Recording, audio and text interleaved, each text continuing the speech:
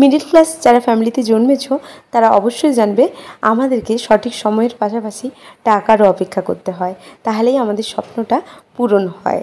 আর একটা কথা, যারা আমাকে বলছো যে বাবুকে ড্রেসটা দিলাম তুমি পরাচ্ছ না, তবে কি ড্রেসটা পছন্দ হয়নি, তো এই নিয়েই থাকছে আজকের ভিডিওটা। সাথে থেকো আর পুরো ভিডিওটা দেখে কমেন্ট করো ভিডিওটা ভালো লেগেছে কিনা। এদিকে আমার ছেলে উঠে পড়েছে আর আমি চলে এলাম দৌড়ে ওকে নেওয়ার জন্য। আমি গিয়েছিলাম একটু ফ্রেশ হওয়ার জন্য, কিন্তু এরই মধ্যে ও উঠে পড়েছে। আমি ওকে কোলে নিয়ে নিলাম। ঘুম থেকে উঠেই ওর কাউকে না কাউকে চাই। আর ও জানো তো একদমই আমার বড় বেটুর অপোজিট। তবে হ্যাঁ, কখনো কখনো ও উঠে পড়ে কিন্তু খেলা শুরু করে দেয়। ও ওই পাখার দিকে তাকিয়ে হাসতে থাকে, কিন্তু বেশিরভাগ সময়ই ও ওঠার পরই আওয়াজ দেয় যে যাতে ওকে নিয়ে যাওয়া হয়। তো ও বেশ একদম চুপচাপ কোলে উঠে যাবে, নাহলে চিৎকার করতেই থাকবে, তোমাকে নাজেহাল করে ছেড়ে দেবে। আর এই দিকে মা করছে রান্না। আমি দেখতে আসছিলাম যে কী রান্না চলছে। মা বলছে চলে যা, আমি করে নেব। ঠিক আছে, তো আমি ওকে নিয়ে বেরিয়ে গেলাম। আর চলে যা বলার কারণ হলো ওই ছোটো বাচ্চা তো, ওই যে তরকারি কষানো হচ্ছে, ওর গন্ধে ওর কষ্ট হতে পারে। মা আর ছেলেতে মিলে নিচে চলে এসেছি কাজ দেখার জন্য। এই যে টাকার ব্যাপার, এইটুকু কাজের জন্য আমাদেরকে অনেকটা অপেক্ষা করতে হয়েছে, কারণ সঠিক সময় আর টাকা। মধ্যবিত্ত ফ্যামিলির সবথেকে বড় প্রবলেম শুরু হয় টাকা দিয়ে, শেষ হয় টাকা দিয়ে। তো সুন্দরভাবে আগের দিকটা ঠিক করার জন্য এইটুকুর জন্যই আমাদেরকে অনেকটা অপেক্ষা করতে হয়েছে। যাই হোক, অ্যাটলিস্ট হচ্ছে এবং আমি তাতে খুব খুশি। আরও কিছু কাজ হবে, আমি তোমাদের সাথে শেয়ার করব।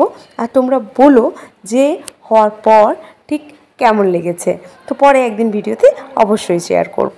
আর এদিকে আমি ছেলেকে স্নান করিয়ে দিয়েছি, আর ওকে ফ্রেশ করানোর পর একটা ধোয়া জামা পরিয়ে দিলাম। আর ওকে এই জামাটা পরে এত কিউট লাগছে। আর এই কমফোর্টেবল ড্রেসগুলো না আমি আমাদের এখানে বড়বাজার থেকে কিনেছি, এতটাই সুন্দর। আর ওকে না কি মিষ্টি লাগে এই হালকা সবুজ রঙের জামাটাতে। আর দেখো কি সুন্দর না লাগছে। হ্যাঁ, নীল পরলেও না খুবই সুন্দর লাগে। যাই হোক, ওকে সবই হয়তো অনেকটাই বেশি মিষ্টি লাগে। এরপর না ওকে আমি মায়ের কাছে দিয়ে আমি একটু চলে যাব খাওয়ার জন্য। আর ওইদিকে তো ছেলেও রয়েছে, তো ছেলেকেও খেতে দিতে হবে। আর যেন বিছানা গুছানোও হয়নি এখনও, আমি ওটাও একটু ঠিক করে না গুছিয়ে টুছিয়ে নেব।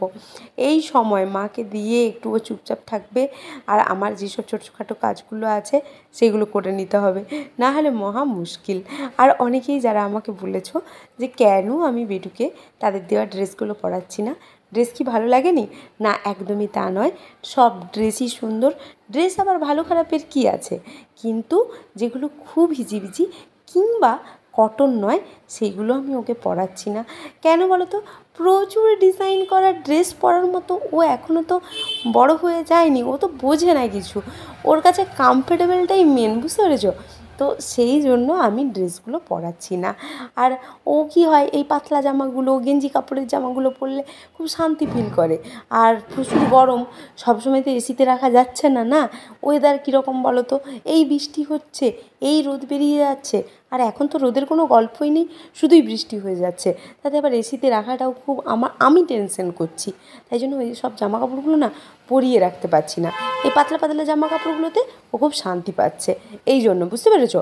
নিশ্চয়ই পরাবো, বাইরে কোথাও গেলে ও পরাবো, ছবি তুলবো, তোমাদেরকে দেখাবো, তোমরা দেখবে, তোমরা দেখে খুব হ্যাপিও হবে।